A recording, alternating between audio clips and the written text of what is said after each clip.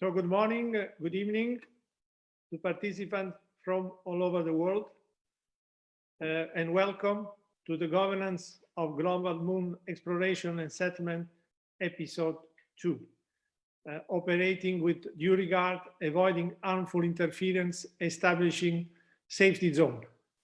I am Giuseppe Reibaldi. I am the president of the Moon Village Association. The Moon Village Association, it's an NGO, non-governmental organization created in June 2017 to foster the implementation of the Moon Village. Moon Village intended as a community of stakeholders which are exploring and settling the moon in peaceful and cooperation. The Moon Village Association is a member of the International Astronautical Federation and an observer in United Nations caucus. The Moon Village Association is a forum to advance development of the Moon Village involving industry, government, space agency, international organization, NGO, and the public at large. It is a catalyst to stimulate a virtuous cycle of investment for the development of lunar economy. At the moment, we have individual members and institutional members. There are individual members for 46 countries and institutional member from 11 countries. So today, thanks to the cooperation with the Cyprus Space Exploration Organization, CSEO, we are broadcasting beside our MVA Zoom and Facebook platform, also via the CSEO Facebook that has several thousand followers. because this is a very important webinar for us.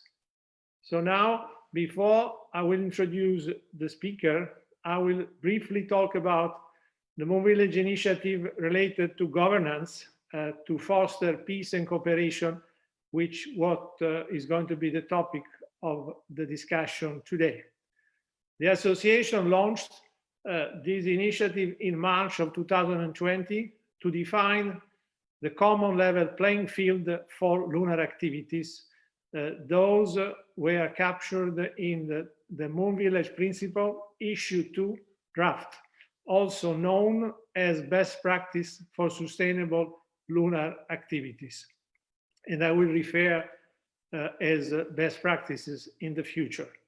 So the reason why we took this initiative is because we realized that there was none of this kind of document, of initiative, which was defining common playing fields.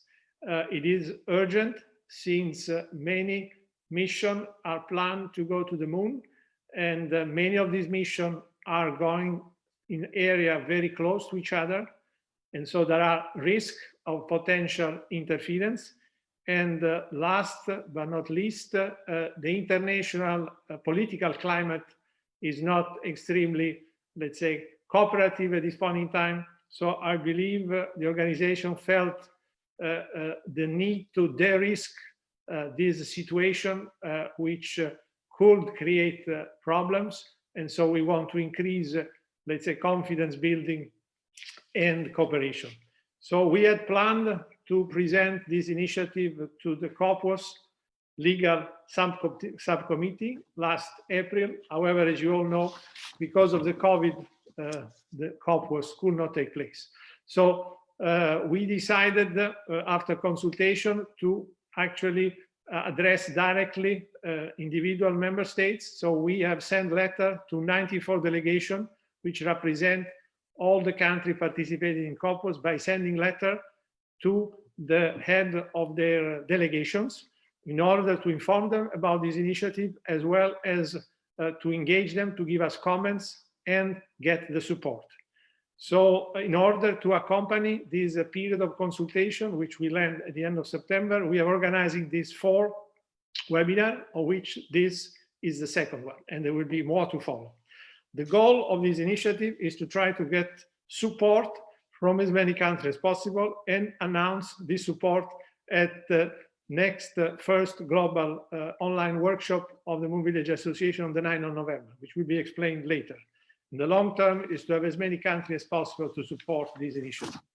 So today we have, as you have seen from the agenda, important speaker from NASA and ROSA, which I will present later. My final remark before handing over the floor to the first speaker is, if you have any question during the presentation, we have a question and answer period. So please address directly via the question and answer lines, and this addressed to Antonino Salmeri, which is from Space Generation Advisory Council. So with that, I will then leave the floor to the first speaker of today, which is Professor Mark Sundahl, which is the Director of Global Space Law Center and co-chair of the Coordination and Cooperation Working Group of the Association.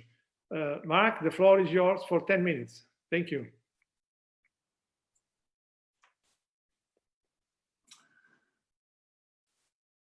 Thank you, Giuseppe, for that introduction, and greetings to my friends and colleagues around the world that are participating.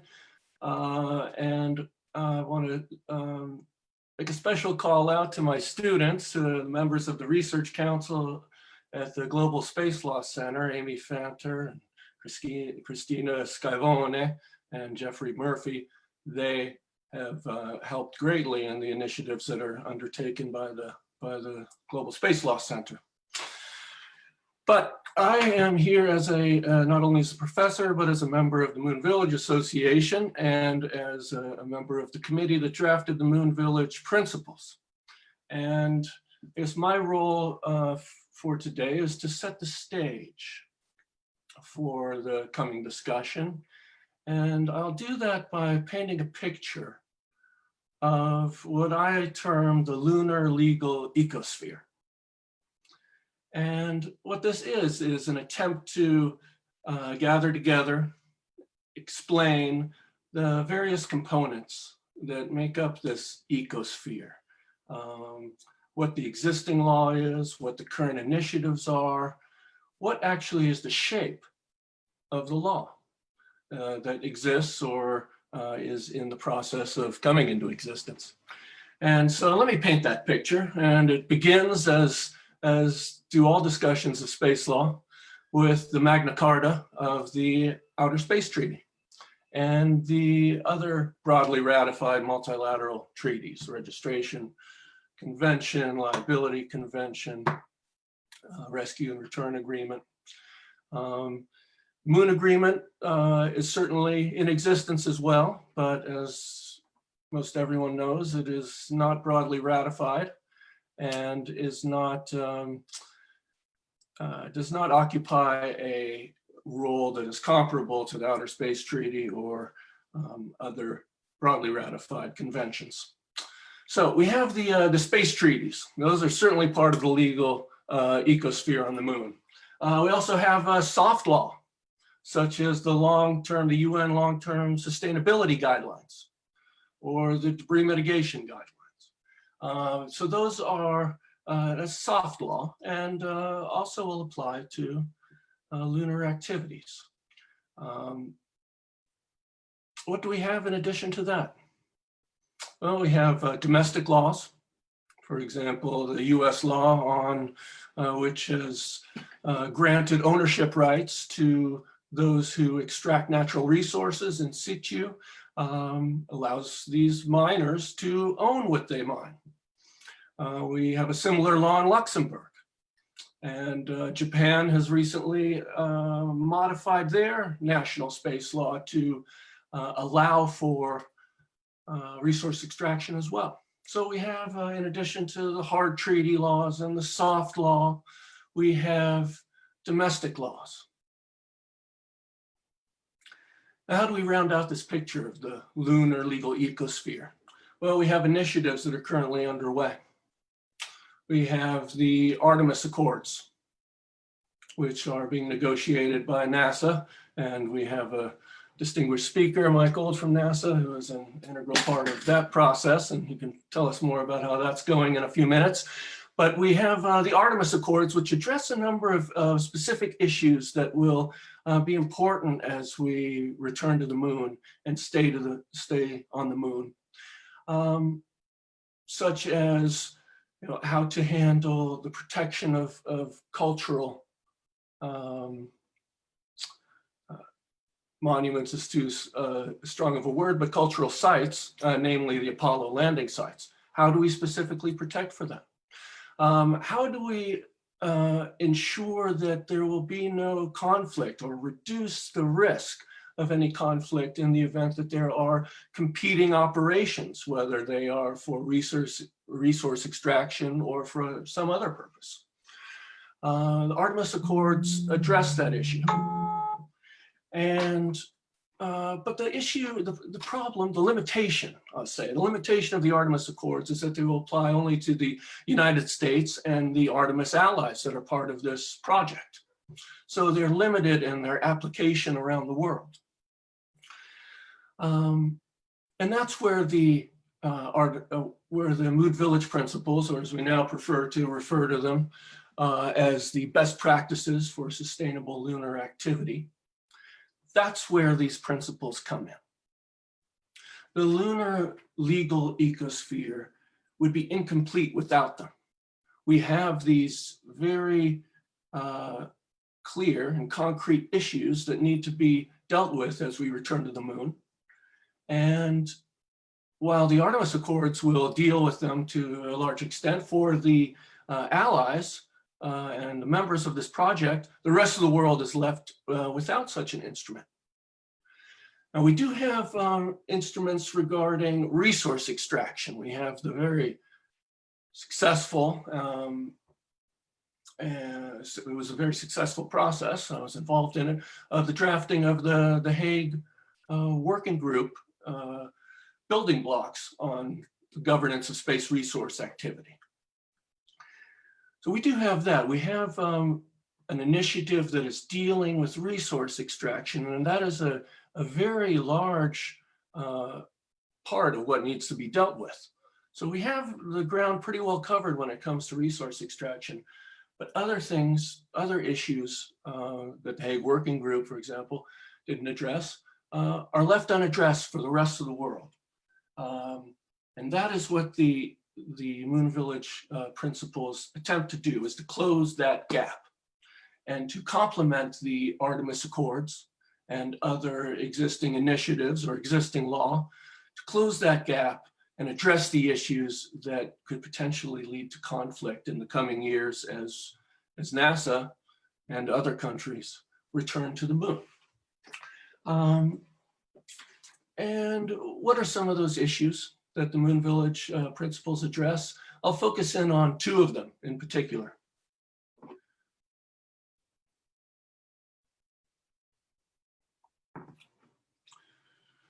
One of them is registration, that it is critical if we are to avoid conflict and properly exercise our obligation to use due regard with respect to the corresponding interests of all other countries when we're conducting space activities, in order to allow us and other countries to exercise that obligation and fulfill that obligation. They need to know what other parties on the moon's surface are doing and where they're doing it. Without such knowledge, we'd be fairly blind in our operations, and there'd be likely to be more interference. And so the Moon Village principles call for a land use registry. It would cover not only resource extraction, but all activities on the moon, to put the world on notice of what everyone is doing. Now, the Artemis Accords don't go that far, and I think for practical and political reasons. I think the creation of a new bureaucracy and whatever accompanying legal instruments need to be negotiated to create a brand new land registry on the moon is not something that can be done immediately. I believe it's an important aspirational goal, but it's not necessary, or I think even feasible immediately. And so what do we have in its place? We have the existing US registry.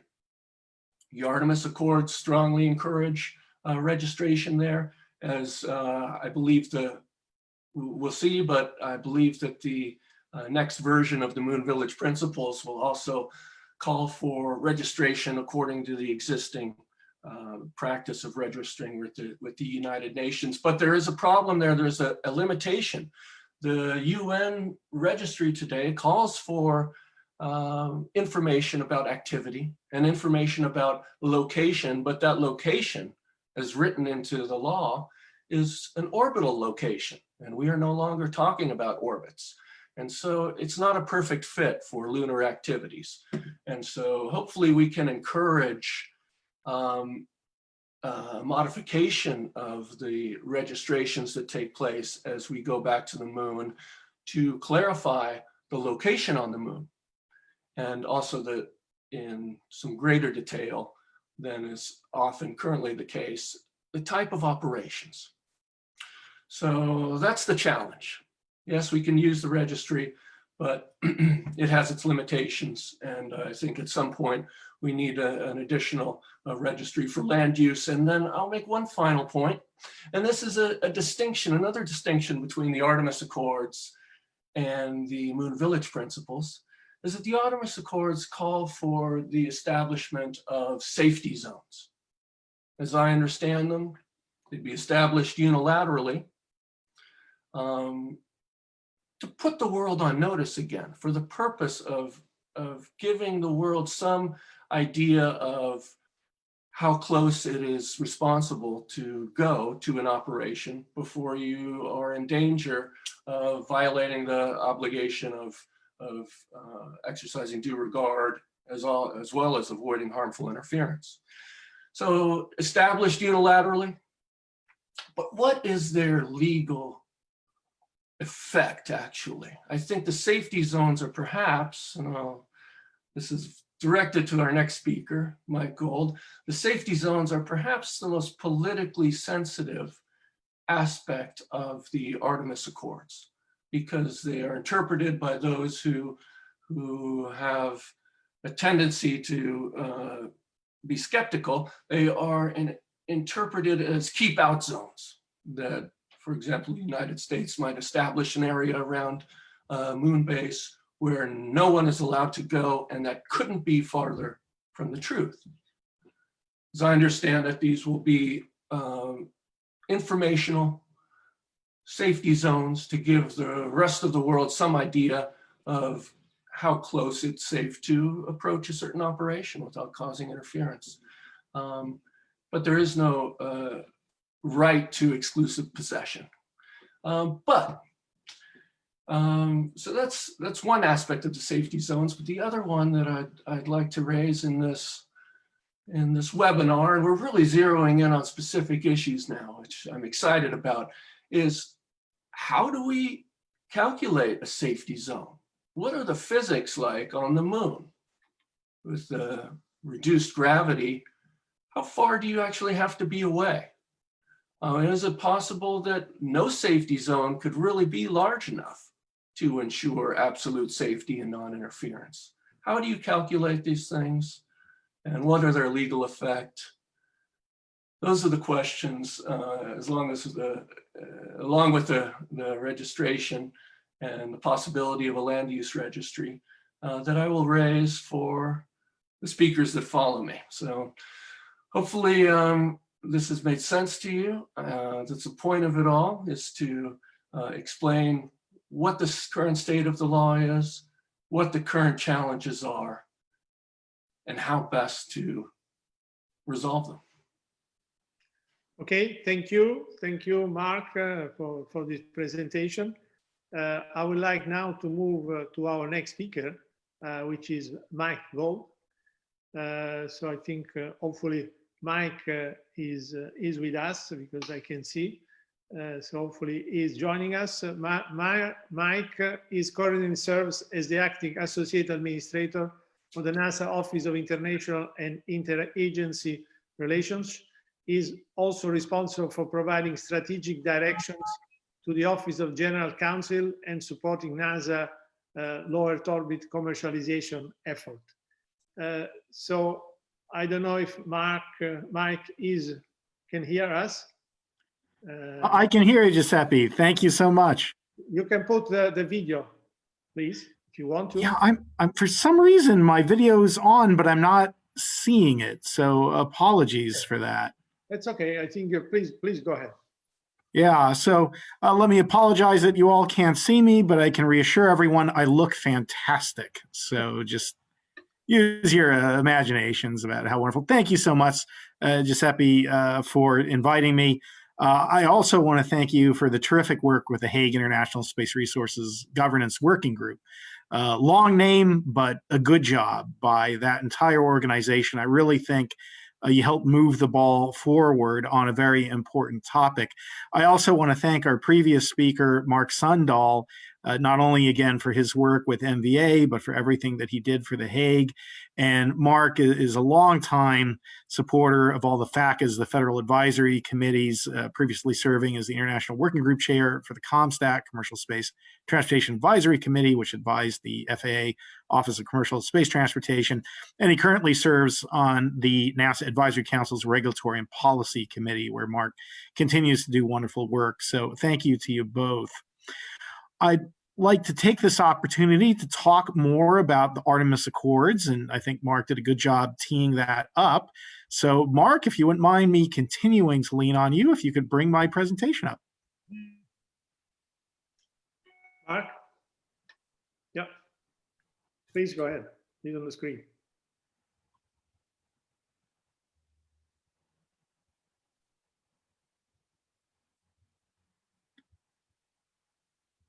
Mike, and please. Great.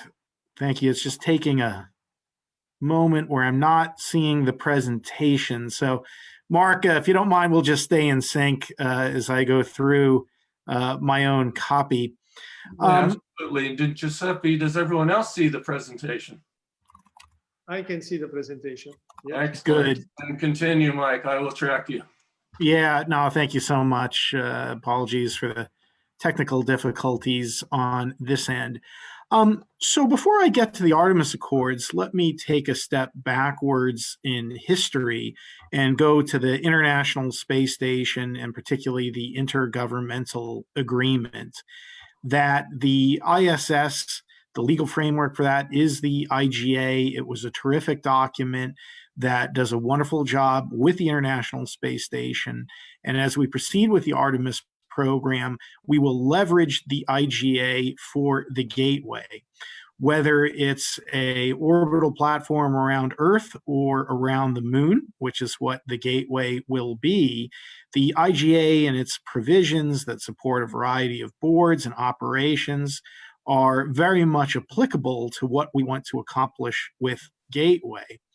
However, as we move beyond Gateway and look at other aspects of the Artemis program, be it rovers on the surface of the moon or orbiters in lunar orbit, there we can't continue to leverage the IGA because you need a very different document to execute a bilateral agreement, say again for a rover on the moon, than you would for a multi-nation space station. They're just two very different things. And as we move forward to the moon with the Artemis program, which again will put a first woman and the next man on the moon by 2024, there are going to be a broad array of amazing new opportunities for science and exploration. And we need a new legal framework to accommodate those dynamic opportunities that the Artemis program will provide. And in the end, and before I get too far, I do just want to note that fundamentally, the Artemis Accords are bilateral agreements to execute international partnerships underneath the Artemis program. Not dramatically different than any other international partnership that NASA does, with the exception being that we're leaning into principles. That if you're going to join us on this journey of Artemis, we're going to ask international partners to respect principles largely grounded in the Outer Space Treaty, as well as a few other principles that are common practice by NASA and numerous other space agencies. So, Mark, if we could go to the first slide, which should read Principles for a Safe, Peaceful, and Prosperous Future. Yep. Here, again, I just want to note that we very much tried to ground the Accords in the Outer Space Treaty, and that any nation that's a signatory to the Outer Space Treaty, we really don't think would have a problem with much or anything that's in the Accords. What we have done, though, is try to implement our obligations under the Outer Space Treaty, taking at least a modest step forward to say how we will meet the goals and objectives of the Outer Space Treaty. So I think a lot of this will be familiar to you who know the Outer Space Treaty. And again, there are a few aspects that aren't new, but aren't necessarily called for by the treaty that I'll discuss in a moment. The Accords will be bifurcated, that there will be the initial section addressing the principles, and that will be the same for any country that executes an Artemis Accords agreement. Then there will be an annex describing the actual activity, be it a rover or an orbiter or an ISRU experiment or a science experiment on the surface of the moon. That will, of course, vary, and the details and legal issues surrounding that, liability, et cetera, will vary per partner. But the principles need to be the same for everyone. So with no more delay, Mark, if we could go to the next slide, peaceful purposes. Peaceful purposes, peace is at the very heart of the Outer Space Treaty. It's in the very name of the COPUOS, the Committee on the Peaceful Uses of Outer Space, and it's absolutely what we're trying to accomplish with the Accords, that the Accords are an attempt to prevent conflict before it happens. For those of you who know me, I'm a pretty big science fiction fan in my personal life, and far too often we see conflict in the sci-fi of the future, whether it's between countries or companies and the government. We want to prevent all of that to create a peaceful future in space. And that fundamentally is what the Artemis Accords are all about, which is why they begin with establishing peaceful purposes. If you're going to join us on this Artemis journey, you need to do so peacefully, and you need to have a civil space program that is just a civil space program and operates on a peaceful basis per the Outer Space Treaty. Next slide, please, Mark, which should be transparency. So here, for any nation to act responsibly, there needs to be a degree of transparency. We in the US are tremendously transparent, possibly too much so that you often see the sausage making with us, whether it's Congress or an executive branch meeting. We're very open. But as I mentioned before, in order to maintain peace and prevent conflict, we're not going to be able to do that if we don't have a transparent system. So for, again, any country that joins us in a partnership in the Artemis program, we are going to ask them to uphold the principle of transparency and publicly describe their policies and plans. Next slide, please, Mark, which should be interoperability. So this is one that isn't necessarily in the Outer Space Treaty, but we believe is very much in the spirit of the treaty. It's not only important for people to be able to talk to each other, but for hardware and spacecraft and systems to be able to communicate, which is why a principle of the Accords is interoperability, that we want different hardware systems to be able to communicate. That's important in any number of ways, a few of which I'll get into in a moment. But while the Accords are a government-to-government agreement, so these aren't for the private sector, we do hope that the Accords establish a positive precedent for the private sector. And interoperability is a good example. To the extent that we have interoperable systems, that will create an environment that's conducive to innovation and commercial growth. So again, for any country that joins us on Artemis, we're going to ask them to respect the principle of interoperability, and then we'll try and maintain interoperable systems to the greatest extent practical as we work with our partners. Next slide, please, Mark, which should be emergency assistance. Here, we believe that it's a cornerstone of any responsible civil space program to render assistance to fellow astronauts in distress. Therefore, the Artemis Accords will reaffirm that the partner nations and NASA will commit to the agreement on the rescue of astronauts. Again, many, and in fact not all, of the countries that would join us on Artemis have already done so. We believe this is well-established multilateral agreement.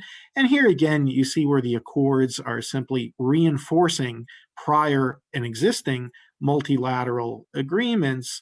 And here again, you see some synergy between the different principles of the Accords, particularly interoperability, that when rendering emergency assistance, if it's going to be done safely, that it has to be interoperable. The more interoperable systems are, the more effective rescue missions are, the less dangerous they will be. So you see where interoperability is important to rendering emergency assistance.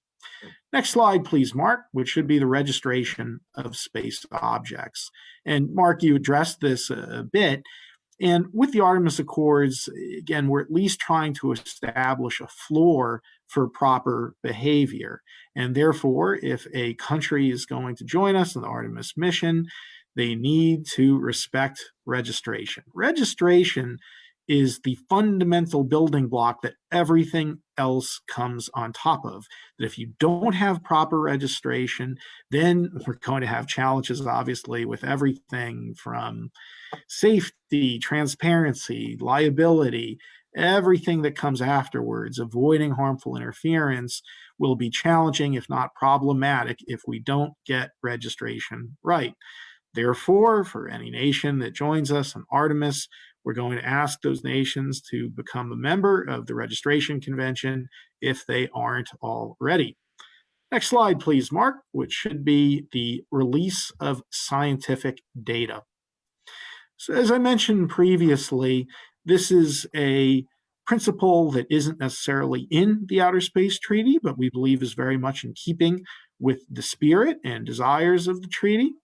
NASA has always been committed and has always released its scientific data in a full and open fashion. Therefore, we are going to ask partners who join us in Artemis to also release publicly their scientific data. We want the benefits of space to be shared by all, and by releasing this data publicly, the entire world can then join us on this amazing journey that will be Artemis and share in the awe and wonder of discoveries that we will go through. And so we are going to make that available to the public. We want our partners to do so. And just getting back to the private sector for a moment, this is an example of a principle that should not be passed along to the private sector. That if it's a government program, this makes a great deal of sense, and NASA has always done so. But as countries or in multilateral conversations, we talk about what private sector companies should need to do, this could be problematic in many ways. As a matter of fact, with the Accords, we'll make sure that we accommodate issues related to export control, as well as proprietary data. So we think this is a very important value for governments, but something that there just be a note of caution on as we look at translating any of these principles to the private sector. Let's go to the next slide, please, Mark. Protecting heritage sites.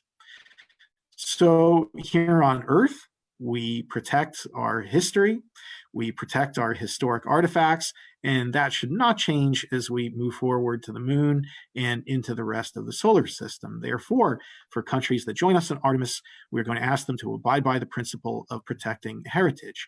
Now, we could have spent hours and days, if not weeks, debating what exactly a heritage site is and how exactly to treat it. And the Artemis Accords could probably have dozens of pages on the topic.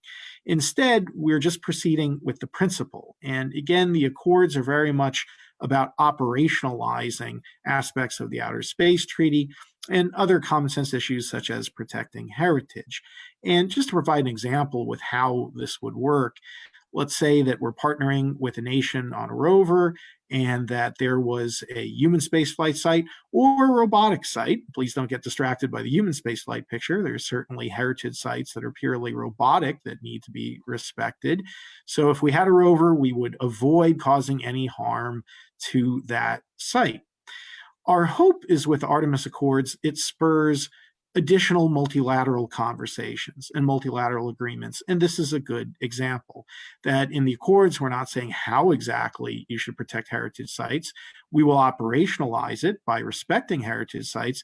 And then we hope to bring those experiences along with our partner to multilateral forums, be it COPUOS or other international fora, where we can discuss how we implemented this. And hopefully that informs future decisions and future multilateral agreements to provide further and global details in terms of how to protect heritage sites. Moving on to the next slide, space resources. Here is one, and Mark already brought up deconfliction of activities, where I fear there have been some misperceptions relative to what the Accords are and what they say, due in no small part to some articles that were written early before we had publicly released information relative to the Accords. When it comes to space resources, all the Accords say is that you can extract and utilize resources, supporting the simple contention that you can enjoy the fruits of your labor, and that when you do extract resources, it should be done under the auspices and in compliance with the Outer Space Treaty, particularly Articles 2, 6, and 11. We don't believe that there should be or really is much controversy over the fact that you can extract and utilize. However, there are certainly lots of different issues after that extraction takes place, which again, we think is a terrific topic for a multilateral conversation. COPUOS is already going to tackle this issue. We would have already, if not for COVID delays. So again, you see where the Artemis Accords are putting forward just a modest step beyond and really just reinforcing here the Outer Space Treaty and hoping to spur a future multilateral conversation about additional details relative to space resources. The US certainly has its own domestic rules in terms of a lot more detail relative to space resources. We certainly encourage other countries to do so as well. Luxembourg, UAE, Japan, many others are tackling this issue and have done some terrific work. But again, with the Accords, it's only the extraction utilization of resources. And I know I need to wrap up quickly here. Deconfliction of activities. As Mark said, we are trying to here implement the Outer Space Treaty. And let's go to the deconfliction of activities slide, Mark. Here, all that we're saying is that we want to avoid harmful interference per the requirements of the Outer Space Treaty. And the way that we do that is safety zones. And that's simply the zone around an area where harmful interference could occur. And within that zone, we're going to ask partner nations and, of course, ourselves that we will notify publicly through the United Nations what that operation is and where it could cause harmful interference, as well as then coordinate with any other entity entering the area, be it another country or a company. Again, as Mark mentioned, these are not exclusionary zones. That is a very different thing. We are not taking any action to hamper free access in any way that would be a violation of the Outer Space Treaty. This simply implements the obligations of the Outer Space Treaty to prevent harmful interference by doing two things: notifying and coordinating, which in the end is basically the consultation process that you see in the Outer Space Treaty. Moving on to the next slide. And finally, is the orbital debris and spacecraft disposal. We haven't done a great job in terms of orbital debris on Earth. We need to do better as we move forward to the moon and into the solar system. So we're going to ask partners who join us on this journey of the Artemis Accords to include safe, timely, and efficient passivation and disposal of spacecraft plans at the end of their missions. So going to the last slide, that is the principles of the Accords. And let me just say in conclusion that what I'm so excited about with the Accords is that it will allow us to broaden the international partnerships that we engage in. The Artemis program is intended to be the largest, broadest, and most diverse human space exploration coalition in history, and the Artemis Accords really enable that. The IGA, while it served us well for years and decades on the ISS, it's much more difficult for new nations to participate. And I'm so excited to see all of the different new space agencies that are developing. We just witnessed the launch of HOPE, the first probe from interplanetary probe from United Arab Emirates and from the entire region. So we need to integrate these new national space agencies into humanity's journey to the stars, and the Artemis Accords will allow us to do so in a peaceful fashion that will allow for the betterment of all of humanity. Our journey is to the moon, but the destination for the Accords is peace and prosperity. So thank you again for this opportunity, and Giuseppe, I'll turn it back to you. I think, Mike, you were supposed to do some remark about the best practices and the relationship, please. Yes, I'm incapable of forgetting, of actually remembering to mention those, and I apologize, Giuseppe. As I mentioned before, we're extremely grateful for the work that you did with The Hague, and we think it was very helpful. Similarly, the principles of the Moon Village Association, all the work that the MVA is doing, we see as highly complementary to what we're trying to do with the Accords. As I mentioned before, the Accords are bilateral agreements with partners that are working with us on NASA projects for Artemis. They're not a multilateral framework. The Accords are intended to spur those multilateral conversations. And we really see the principles of the Moon Village Association, again, being extremely synergistic with what we're trying to do with the Accords, and maybe even going a step further relative to trying to establish more multilateral discussions and more systems that can support the very virtues and objectives of the Accords. So I just want to applaud you for everything that you're doing with the MVA and principles, and we look forward to future interactions. Okay, so thank you, Mike. So we move now to the next speaker. We are a few minutes late, but I think we will take it to the end. So the next speaker is Marius Piso, is the president of the executive director of Romanian Space Agency. He's a leading figure in the space science in Romania, and has several years of experience in the COPOS. So Marius, the floor is yours, and the title is The Importance of Finding a Common Level Playing Field for Lunar Activities. Marius, the floor is yours, please. Thank you, Giuseppe. Good afternoon and good morning, everybody. I'm, as Giuseppe mentioned, I'm leading a smaller space agency located in Europe. And my agency basically is 25 years old.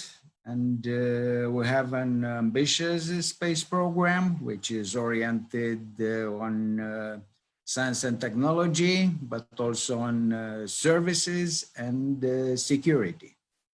And if I need a bit more strength, I'm a member of the European Space Agency, and together with ESA, we are able to build not only national interesting projects, but also larger space missions. In this environment, we are thinking about Moon. So first of all, as some kind of an external continent of our planet.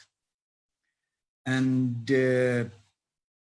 we can say that Moon is very interesting, but in the same time, Moon becomes accessible also for not very large players. You are aware that we're interested, it's very interesting to build science on Moon. We have no radioelectric perturbations. We have almost gratis, almost free superconductibility. Moon is also interesting for space exploration. We can start space missions from there.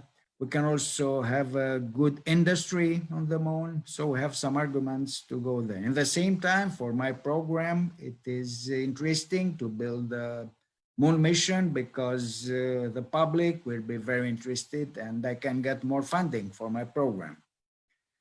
So Moon is not, let's say, as far from the technology and from the capability point of view as it was 70 years ago.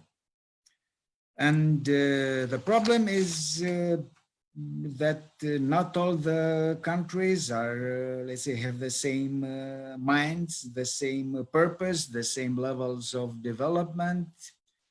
And this accessibility can bring to, let's say, to some, not conflicts, but to a larger coefficient of risk, let's say. You see, we are living not only times with very technological, high technology development, but also we have some tensions. We have structural changes as the artificial intelligence, which is will modify our view on the society. And in this context, when everybody is developing, tensions appears. And this larger number of stakeholders and countries which are launching missions to the Moon and aiming also to the same area might bring some potential risks. I'm thinking also of the possible potential space debris population around the Moon. We can have very low orbits around this our satellite, and it's complicated. And I'm speaking now from my experience from the United Nations Committee on the Peaceful Uses of Our Space. We need to build some consensus. And we definitely appreciate the Artemis Accords approach, but we need to extend a bit at the global level this capability, and this means to build confidence, to increase this confidence building, increasing international cooperation. As many countries might participate to such or think to participate to such missions, and this means that it's good to have an initiative of best practices. This is important for everybody, and within the UN we have this experience of confidence building, but in the same time we have a previous experience when a non-governmental association, so the Association of Space Explorers, they almost were the initiators of the near-Earth objects agenda point within the UN. Now we are able to speak about the near-Earth objects. We're building space missions devoted to, let's say, asteroid deflection, as the AIM in the US, NASA, as the HERA project of the European Space Agency. So we can watch this. How do we call it, external continent as exactly like an external continent, as the Antarctica, as let's say, as a place which is needed for knowledge, which is becoming more and more important, for welfare maybe, and for our next future as, let's say, members of civilization not older than a couple of thousand years. I think that this initiative might have some support. And so my agency, which is experienced, we can say, politically and with views and contacts all over the world, we would benefit of such global common best practices regarding not only the exploration, but you see, to the view, the next view on the moon. So basically it's important to get consensus and to find a common level playing field for lunar activities. Thank you for your attention. Thank you, Marius, for your very political, let's say, point of view, which is, of course, what we need to understand a little bit what's going on. So thank you for saving some time.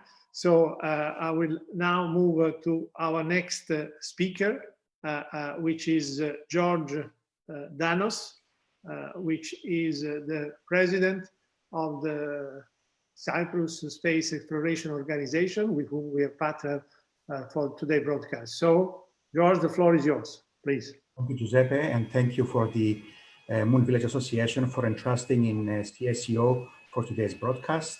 And I will share my screen. Give me a moment. Okay. Okay.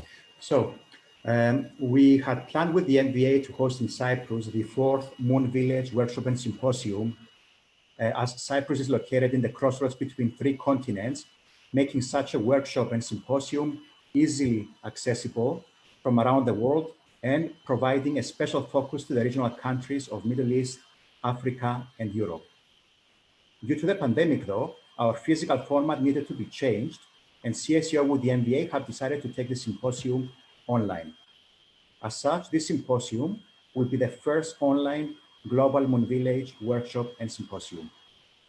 We're expecting the level of participation to be high, a few thousand, as it is online and as we have chosen to leave this event free for all participants, thanks to our sponsors.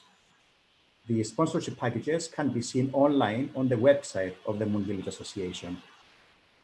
We will be using new technologies to broadcast this online event to our global audience.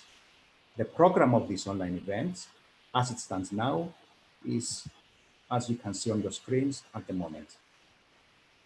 And as you can see on the first day, in the afternoon, we will have an announcement on the status of the support of the initiative that is being discussed today of the best practices for sustainable lunar activities. In this slot of the symposium program, we intend to announce the countries supporting the best practices for sustainable lunar activities, and we will give the opportunity to countries supporting the initiative for their remarks. We're looking forward to seeing you at this online workshop and symposium. And with this, I conclude my part of the presentation, and I stop the screen sharing. And thank you, and back to you, Giuseppe. Okay, thank you again for having saved time. So I can say I'm very proud because we are 1 minute in advance of the nominal schedule. So very pleased with all of you. Thank you to those speakers. So I now leave the floor to the last segment of this webinar, which is the question and answer, which is moderated by Antonino Salmeri. Antonino is a co-lead of the space exploration, let's say, project group of the Space Generation Advisory Council, and he has been with us several times. MVA has had now MVA and Moon Memorandum of Understanding with Space Generation Advisory Council. As such, we have cross participation. So Antonino, I leave to you to filter the question, solicit question, and then distribute the question to the relevant speaker. Thank you. The floor is yours. Thank you very much, Giuseppe. It's a pleasure to be here again and consolidate the partnership between SGAC and the MBA. Now, there are a lot of questions, so I'll try to address them in a way that we could try to touch at least all the topics. But I would like to start with the main topic of today, and this is a question for Mike Gold and Mark Sundahl. Now, of course, the Artemis Accords serve the purpose of organizing the Artemis program among the partners. But I think the real issue and the topic that we have listening also today is how to coordinate with non-US and especially non-Artemis partners and countries that will want to have activities on the moon nevertheless. Now, Mike, my question for you would be, how do you think you will handle this in case there is some overlap of activities on the same areas that the Artemis program is supposed to utilize?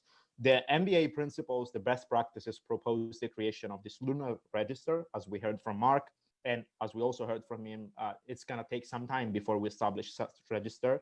But in the meantime, we need to have some sort of coordination mechanism to avoid this conflicts and to ensure the peaceful uses that you absolutely talk about. So my question is for you, how do you view this, this development of coordination mechanism with non-Artemis countries?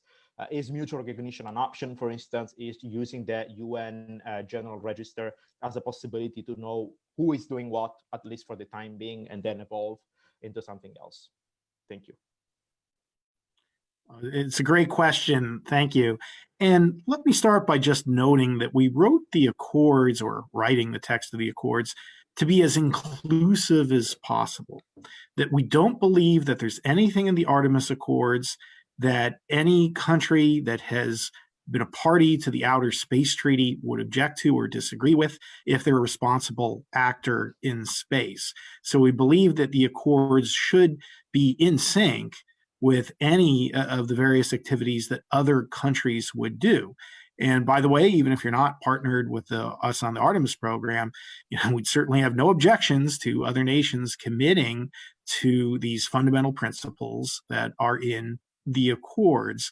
So I would begin with that, but also, as I mentioned during my presentation, say that the Accords are intended to spur the additional multilateral conversations, such as we're having right here today, that we did not include specifics or definitize, say, anything from space heritage to additional details on space resources and many other issues. Those need to be dealt with in a multilateral forum.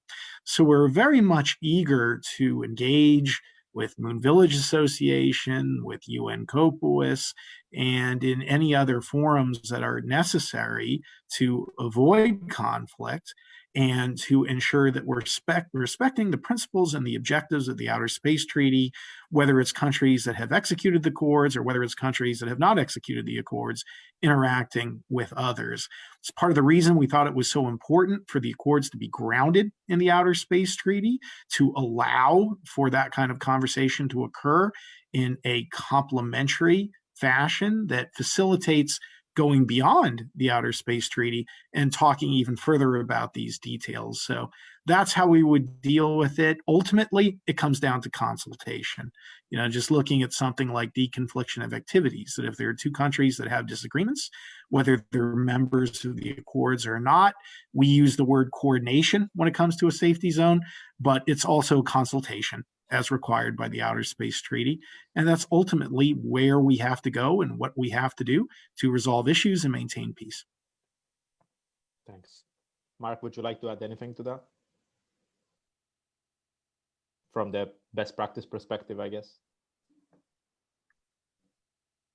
I think you're muted. Yeah, I think this is one of the key questions, this deconfliction. And I see a comment from one of our panelists right now. I was in the process of writing an email response to, and you know, I've advised a couple of companies on this. What do you do if you are interested in lunar resource extraction? Do you maintain absolute secrecy, or do you disclose the locations that you've identified as being resource rich? And this gets to all the issues of due regard and harmful interference, and also the proprietary information of companies. And my position has been to disclose. Let the world know what you're doing, because then it makes it very hard for anyone to claim that they were unaware of your location and your activities. So those are a few thoughts off the top of my head. Thanks, Mark, and thanks, Mike. I think it's extremely important that, you know, the US reinforces this multilateral coordination that we need to develop, and the Artemis Accords and the best practices could be a great start for that. And continuing on this line for deconfliction, another question was about the possibility of referring to arbitration in case there is any conflict following the 2011 optional rules developed by the Permanent Court of Arbitration. This could also be a great way to ensure, let's say, a place where private partners can have a say. Mike, do you think you're gonna include this in the Artemis Accords, a sort of arbitration clause for any dispute, or would you rather go for, you know, as you said, consultation only? Although in that case, private companies may not have the say that they would like to have in solving the issues. So I believe with the accords, we're still going to adhere to the basic structure of the Outer Space Treaty, and it would be consultation. The current word that we use right now is coordination within the safety zones. Arbitration is a very interesting concept. As a recovering attorney myself, I can tell you by the time you go to court, you've lost already, whereas I think arbitration can help resolve issues often in a more effective and certainly more cost-effective fashion than going to court, and can often result in win-wins for everyone, and such is the hope. And that's exactly the kind of concept that we hope to discuss and develop more in multilateral forums. And this is a good example of where you see the accords spurring the conversation that we establish the safety zone. That requires notification, coordination, again, just a modest step forward from the Outer Space Treaty. But what occurs when there's a conflict? Right now, again, coordination or consultation. But could there be a future where in COPUOS or MVA, there is a decision that the norm of behavior would be to leverage an arbitration style or a direct arbitration manner to resolve these issues? You know, that's a conversation we're very interested in engaging in, having those discussions and developing those details on a multilateral basis. Again, you can see where the accords are a beginning, not an ending to this conversation. Right. Absolutely. And I think going on also to this multilateral discussion that we want to have, and we have also Marius here, how do you imagine the engagement between the Artemis program and, let's say, emerging space countries, like also the Moon Village Association as a project which is about emerging space countries? Do you think you're going to model specific types of accords to foster their participation, for instance, through the valorization of the human factor, or the expertise that these countries already have on Earth and terrestrial application? Do you imagine anything specific in mind that you could share with us to foster participation? And perhaps, Marius, what would you like to see in this type of agreements that could help your country to get more involved into what is, of course, a very difficult and inevitably a multilateral effort, such as lunar exploration? Mhm. I think The Accords were developed. Oh, go ahead. Sorry. Perhaps we could start with Marius, and then we go to Mike.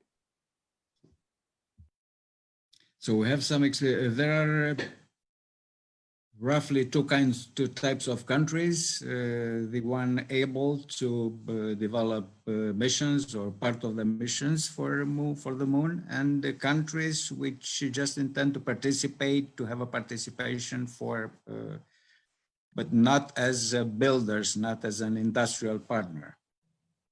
And I can look at the Artemis Accords more or less as, let's say, this is an agreement between partners intending to build something. Mm-hmm.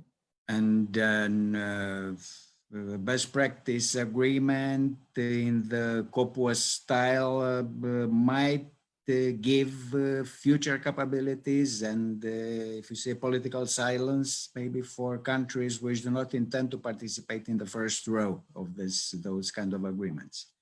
As a mixed experience, we have ESA. ESA is a very interesting organization in which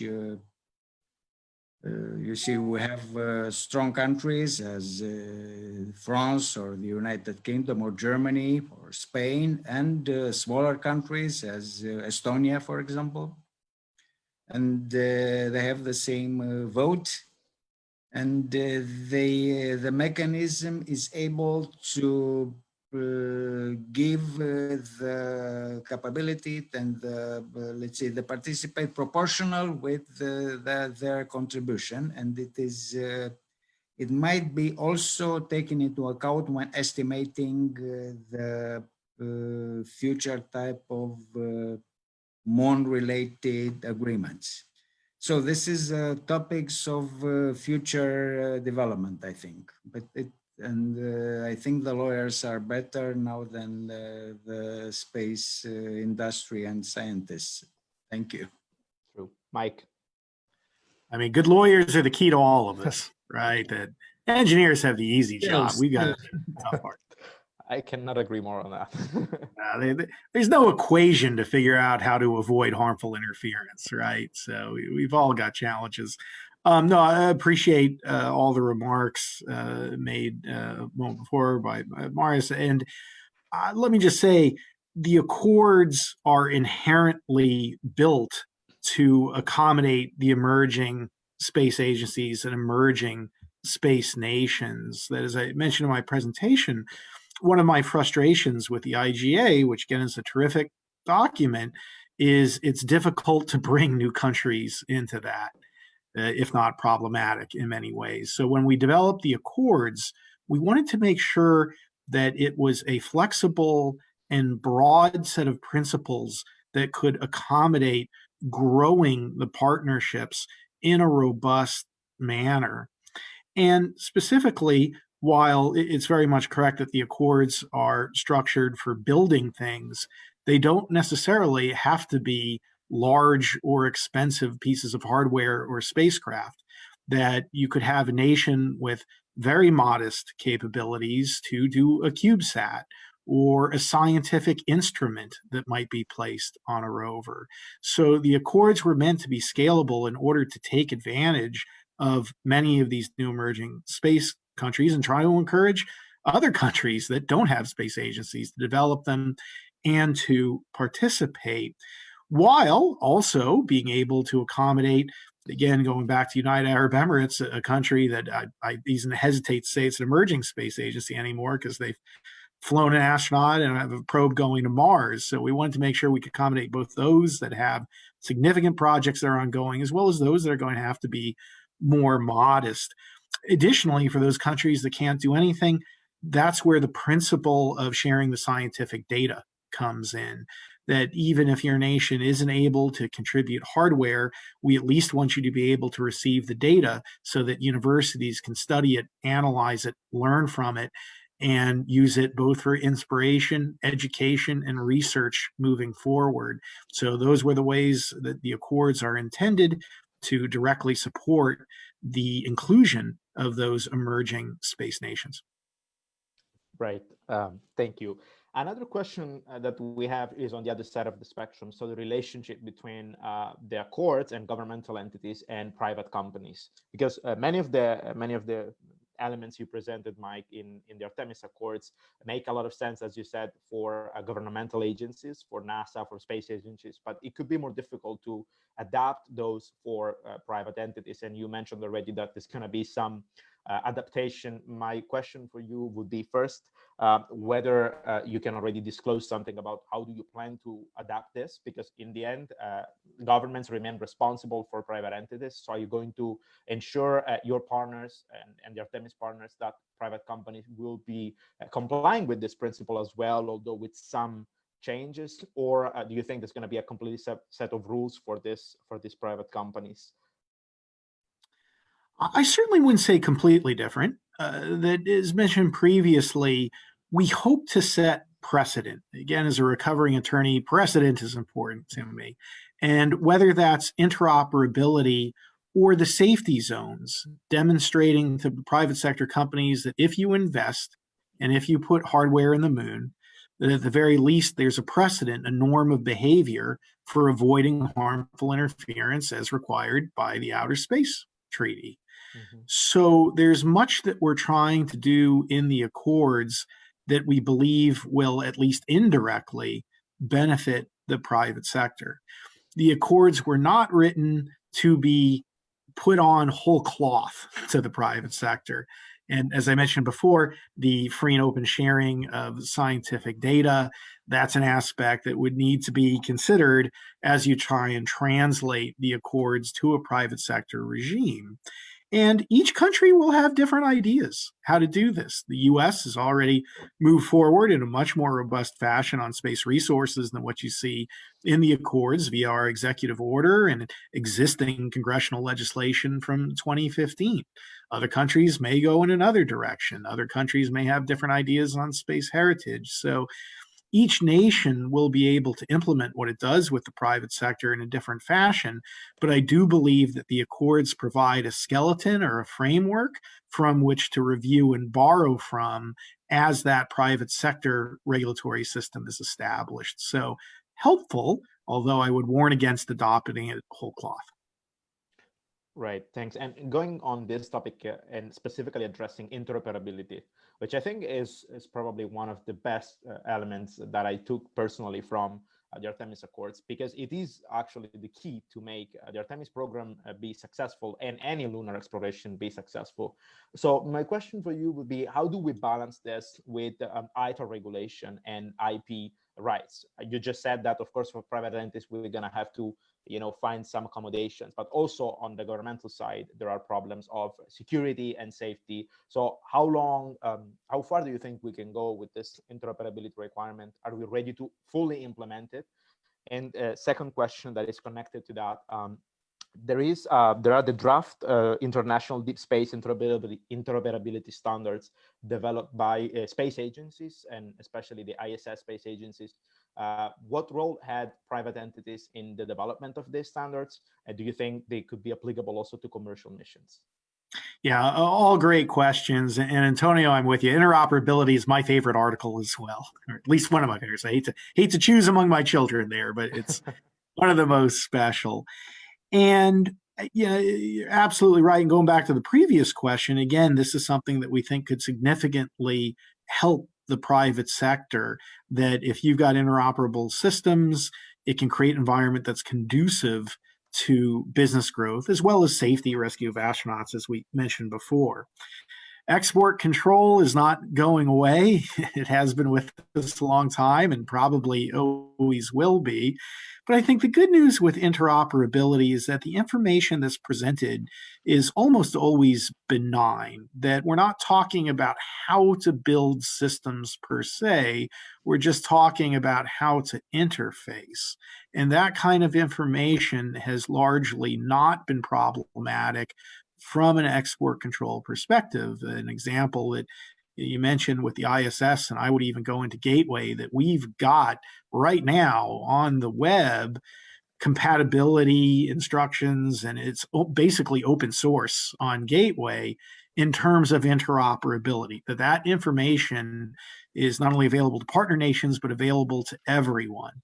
And we've been able to do that under the current export control restrictions and regime that we have in the US. So at least when it's come to compatibility, that isn't a problem, which isn't to say that we don't need to be vigilant about that issue. And then if we do start to run into any concern with export control and compatibility, we'll probably have to cross that bridge then, but I expect that we can establish a common ground that provides the information without getting into too much of the manufacturing data.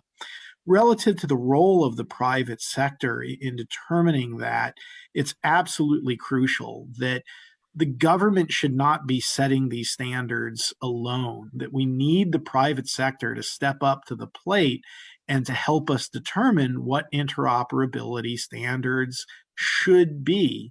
And I appreciate the work of CONFERS, which is a consortium that's primarily focused on satellite servicing, but is looking at proximity operations generally. It's a global group, which I like because obviously interoperability inherently needs to be a worldwide effort. I believe UN is also taking on this issue in some ways, which again is terrific, but we need to make sure that the private sector has a seat at the table. You know, and I go back to The Hague. I mean, this is one of the great things that I think Giuseppe and the group did, that as opposed to COPUOS, which again is fantastic, but it's important to be able to bring the private sector in. And groups like The Hague, groups like MVA, you're able to have, yes, government, but also private sector sitting next to us. And whether it's interoperability or other issues, I think that's a little bit of the future, both for groups like this as well as for the COPUOS and other international organizations. Well, I agree. Can I interject here, Mike? And I think what you're looking for, and I agree. I think the CONFERS was a terrific example of how to develop interoperability standards. So it's one of my favorite words too, interoperability, mayhem, some great legal terms. But I think that is exactly the value of the Moon Village Association's initiative, is that we are creating a forum to allow space actors to convene and discuss what standards they might use when you're talking about interoperability, so that we can develop these best practices and these approaches to working together on the moon. And you know, we had CONFERS, but what exists today? You say that the UN is involved in this effort, and that's terrific. And I'm a huge supporter of the United Nations and the multilateral efforts. But the problem is that it evolves very slowly. It's a long process, a very fine process, but a long one. And so we need something in the shorter term, and that's something that the Moon Village Association and our principals is offering to those who are not part of the Artemis project, so that we can gather here at our forum and start to develop these best practices. Right. Thanks, Mark. I think it was an excellent point to, complete what Mike was already saying about multilateral discussion. And I think we definitely need multi-stakeholder discussion, which is a step forward towards, a more inclusive discussion that does not only include states, but also institutions and also non-governmental entities such as companies, but also entities that represent civil society. And I think on that note, I mean, I'm very happy to be here on behalf of the Space Generation Advisory Council. And Mike, I hope we will be having you as well at some event in SGAC to discuss this, also to bring the young generation perspective. So that's an invite I'm already launching here today. Hopefully one day we'll do a similar thing with some young people in the panels as well. And speaking of young people and social media, I think George has a question from someone in the social media that I'm not able to see. So perhaps, George, you want to read this for us? Yes, indeed. We have a number of questions. I am selecting one question that seems quite interesting. People are asking questions about laws on the moon. And they're basically saying that the off-planet laws need to be written on those planets by the settlers, elected by the settlers. And people are referring to Asimov and such science fiction novels as reference material. So I don't know if there's any of the other panelists who want to answer this question. I would be glad to take that. Go ahead, Mark. I mean, it forces me to kind of reach back into my earlier career as a student of ancient Greek democracy. I believe in the right of people to establish their own free and self-governed society, but it's a little bit into the future. But I think we will see that issue potentially. Why not? It's another continent, as Dr. Piso mentioned. It's the 8th continent. The moon was part of the Earth, but it was torn away by a cataclysmic collision between celestial bodies, but it's still within our reach. And so just as we had the United States created on a new continent, perhaps we will have one on the moon as well, but I think that's quite a ways in the future. Can't wait to see that. Mike, did you want to add? And if I could just, Yes, definitely. yeah, I just want to echo Mark's sentiment that as we go to the moon and beyond into the solar system, it is very important that we carry our values with us. And I think that's what the question is getting at, that we need to respect the rule of law. We need to respect democracy, freedom, liberty, diversity. We should not only be carrying astronauts, but we should be carrying these values forward. So I completely agree. However, I do want to warn against developing rules and waiting until we have that moon village. It needs to be done in advance. That, and sorry for repeating this so many times, but the goal of the Artemis Accords is to prevent conflict. And at some point, we'll have a developed society, and then they can write those rules on the moon or Mars. But prior to that, we need to make sure that we have rules in place that minimize and prevent to the greatest extent possible conflict. And that means putting in the time and effort now to develop those rules so that as we do get to the moon, it doesn't occur. And that fundamentally is what we're trying to accomplish. Thanks, Mike. And I couldn't agree more that we need to be ready in advance in order to avoid conflict in the future. This proactiveness is exactly what we need at this stage, while we have the resources, the time to think about solutions before we go to problems that could potentially be certainly dramatic. Now, if I could, Antonino, if I could just put a final punctuation on this conversation. I agree that we carry our values. We will carry our values into the solar system, but let's not carry our flaws. And let's also open our minds to alternative organization of civilizations. I mean, the idea that a moon colony will assert independence is clearly inspired by the history of American independence. But maybe there's something beyond that. Maybe we don't have to have a declared country. Maybe there's a new form of internationalized settlements that we can develop. Right, keeping it open. I think George. And, Yep. also that we asked young people regarding this point, and we had a competition on the NASA Space Apps when Jim Green, NASA chief scientist, was in Cyprus, and we asked young people of age 14, 15, what do they think about the settlement on the moon? And their main concerns was always who chooses, are we going to carry with us the same problems that we have here on Earth? And is there going to be a new government, separate government of the ones that we see here on Earth?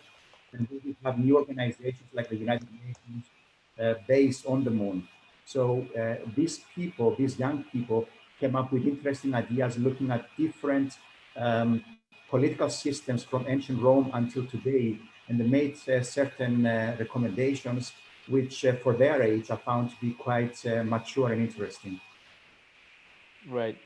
Thanks, George. I think that's a great perspective, and I really look forward to see all that young generations came up with. I think it's great that we keep this discussion also intergenerational.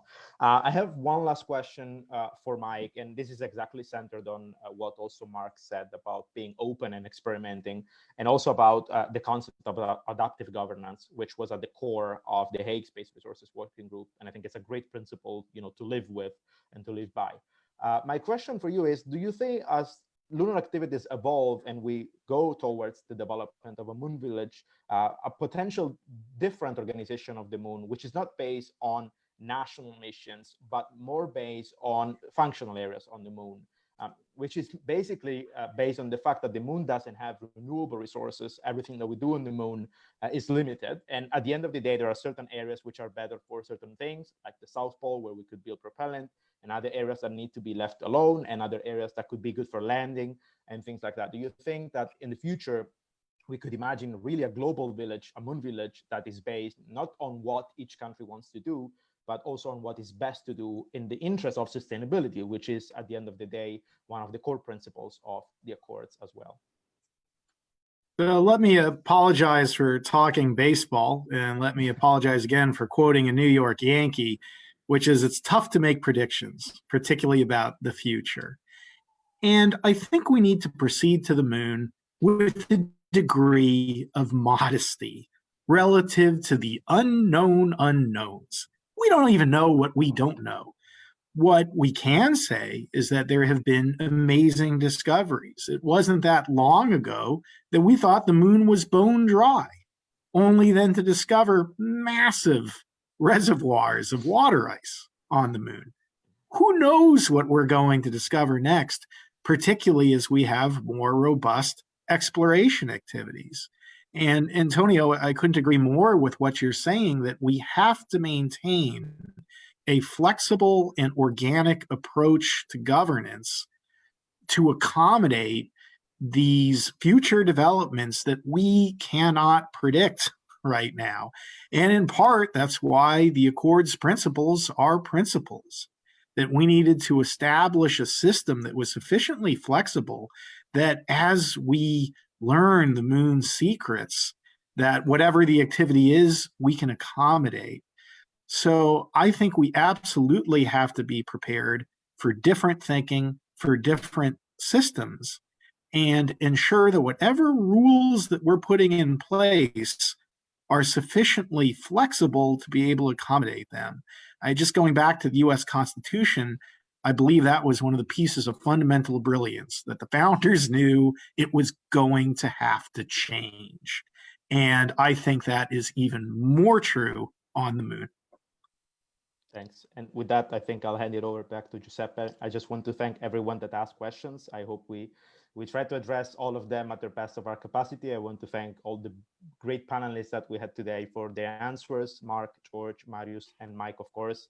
And Mike, I just renew the invite to join SGAC for continuing this discussion also with the perspective of the younger generation and for the development of a fair, sustainable lunar ecosystem for the benefit of all humankind. Thanks, everyone. I'm eager to participate, Antonio. You know where to reach me. Thank you for the invite.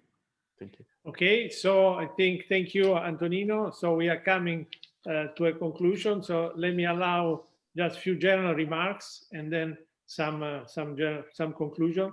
So I think you heard today a lot about the Artemis Accord.